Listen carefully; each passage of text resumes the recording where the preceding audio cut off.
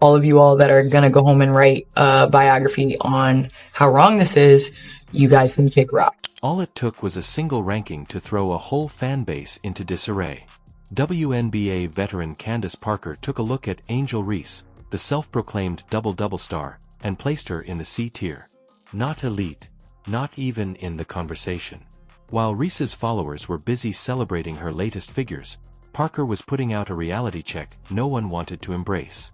Angel Reese, I put her right at that C level. I think in terms of being above, you have to be able to have the ability to carry a team, be a 1 or 2. Behind those eye-catching metrics, the Chicago Sky kept racking up losses. And the more you break it down, the more the storyline breaks apart. Double-doubles that sparkle on the stat sheet but don't translate to wins. This wasn't merely a bold opinion.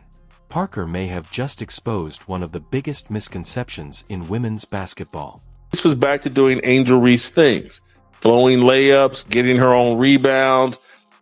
They turned her into a point forward. She had 9 turnovers last night. I think her plus minus was minus 19. But all we keep hearing about, she now has 2 double-double streaks of more than 10 games or 10 games plus. She had one last year. Now she has one this year. She's the first WNBA player to ever do this. She got the brakes beaten off of her. And awful. If you watch the game, she was awful. We need to quit celebrating these little... Candace Parker, a 7-time All-Star and 2-time MVP, just crossed a threshold no one else was willing to touch. She placed Angel Reese in the C tier. Not B. Not A, C. The backlash was immediate. Fans who were used to seeing Reese extolled on every sports panel stormed social media, labeling Parker a hater, a traitor, anything to protect their favorite player. But Parker didn't back down. She held steady as the internet exploded. So why would one of the most renowned voices in basketball invite that kind of outrage? The reason caught everyone off game. Chicago Sky, y'all stink, bro. Y'all, look, there's trash and then there's trash. But Parker's argument had nothing to do with feelings. It was anchored in reality. Unlike the noisy voices chasing headlines, Candace Parker's perspective carries weight. She's withstood the grind, led teams, and lifted championship trophies. Her point was stark and unforgiving. To be ranked higher than Tyre, you have to be more than someone who pads the stat sheet. You have to raise your team's level, push through adversity, and make everyone around you better. Lisa Collier, she's up there with top tier with Asia, Brianna Stewart, the versatility reigning champion from last year. She's got 3 of them things. Caitlin Clark is at an A level. I think in time she's going to raise up to that S, but in order to put her at that level, she's got to have a couple more years. So Parker didn't deny Reese's double-doubles. She uncovered what they actually mean. Those numbers aren't Reese gets exposed in front of millions turning into wins. If anything, they may be disguising the main problem. And once you go into the stats, the truth becomes impossible to reject. So let's strip away the hoopla. Angel Reese posts double-doubles virtually every night, but what do they actually lead to? Take the eye-opening game versus the Minnesota Lynx. Reese concluded with 9 turnovers and a devastating minus 19 plus-minus. The box score looked excellent. The impact told an entirely different narrative. Let's quit pretending like this is some sort of history we're seeing from Angel Reese with these double-doubles. It's not. It's a nice little stat that's pretty irrelevant, doesn't lead to victories, they lost by 20 some odd points last night to the Minnesota Lynx. The Lynx pretty much controlled that entire game. Angel Reese was no factor. We need to quit celebrating. Oh, she got a double-double. Well, yeah, they kept her in the fourth quarter when they were down by 20, and she, got a bucket or 2 and got to double-digit. The stat line looked clean, but the scoreboard exposed the reality. Chicago got blown out by 23. And this wasn't an off night. It was a fad. Game after game, Reese's numbers keep climbing, and so does the loss column. Coaches and analysts have started to catch on. These stats are hollow. They don't translate to wins. If anything, they're masking a far deeper issue. Yeah, Angel Reese is a 1 or a 2 option. She's not carrying her team to victories, though. She's not carrying her teams to W's, though. We're halfway through the season and the Chicago Sky are in single-digit. So, why wasn't anyone in Chicago addressing it? That's where the story gets complex. Inside the Sky organization, coaches kept downplaying the turnover troubles and defensive fans erupt across social media lapses. Instead, they leaned on Reese's double-doubles, using them as a shield against any meaningful criticism. But behind the scenes, discontent was building. Teammates watched possessions disappear, chemistry fall apart, and winnable games turn into embarrassing losses.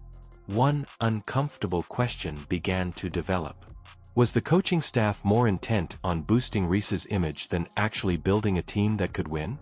Nafisa Collier stood on business today. They destroyed the Chicago Sky. Angel Reese had 9 turnovers. Listen, y'all got to stop with this point forward foolish. As the losses kept piling up, more voices finally broke their silence. Once Candace Parker cracked the door open, other analysts stormed through. All of a sudden, it was okay to speak what insiders had been mumbling for months. Angel Reese isn't a franchise cornerstone. She's a role player being promoted as a superstar. Trusted basketball minds pointed out how opposing teams zero in on Reese, exerting pressure because they know mistakes will ensue. And the data backs it up. Chicago actually wins more often when Reese logs fewer minutes. It flipped the media narrative on its head. So, how did so many people buy into the hype? The answer starts with the league's marketing machine. The WNBA saw a gold mine in a Clark against Reese rivalry. They branded Reese as Double-Double Barbie, inundated television with highlights, and created a storyline around her every move. But greatness can't be manufactured. While Caitlin Clark quietly converted the Indiana Fever into a legitimate playoff contender, Chicago continued to slip. The hoopla could only mask reality for so long. As postseason hopes dwindled, people began asking uncomfortable questions. Was Reese's fame driven more by branding than by true game-changing impact? And the numbers continued telling a story that couldn't be ignored? Here's the brutal reality. When Angel Reese plays under 30 minutes, Chicago's victory rate increases. When her minutes grow, the team comes apart. The ball travels more fluidly, teammates find their rhythm, and the Skies suddenly look like a coherent entity. Reese's preoccupation on rebounds and box score figures isn't just empty. It's costing her teammates chances and costing Chicago wins. Across nearly 2 full seasons, the pattern is apparent. Reese's presence lines up with losses more than wins. And this isn't just a analysts torch Reese's game Chicago issue. It's a warning for the entire league. While the Sky flounder with their identity, Indiana Fever fans are viewing a template for genuine success. Caitlin Clark's effect goes far beyond her personal stats. She lifts her teammates, turns role players into stars, and makes the entire team a threat. That's the difference between a true franchise player and a showy stat sheet hero. The Fever are building something durable, whereas the Sky remain locked in a cycle of hype and disappointment. The future of the league favors players who make everyone around them better, not just themselves. And that leads to the final, uncomfortable truth. Strip away the marketing, the social media noise, and the empty numbers, and a stark truth comes into focus. Angel Reese's double-doubles don't convert into wins. The Sky perform better when she's not the focal point of the offensive. And the WNBA's quest to manufacture a superstar has merely shown how simple it is to deceive casual fans with flashy metrics. True legends, the ones who actually transform the game, accomplish so by elevating their entire squad, not just themselves.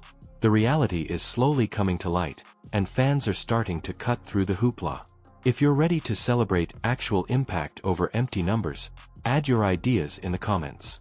Who do you think is the real game changer in the WNBA? Don't forget to like, subscribe, and hit notifications so you never miss the next story that exposes what's really happening in the world of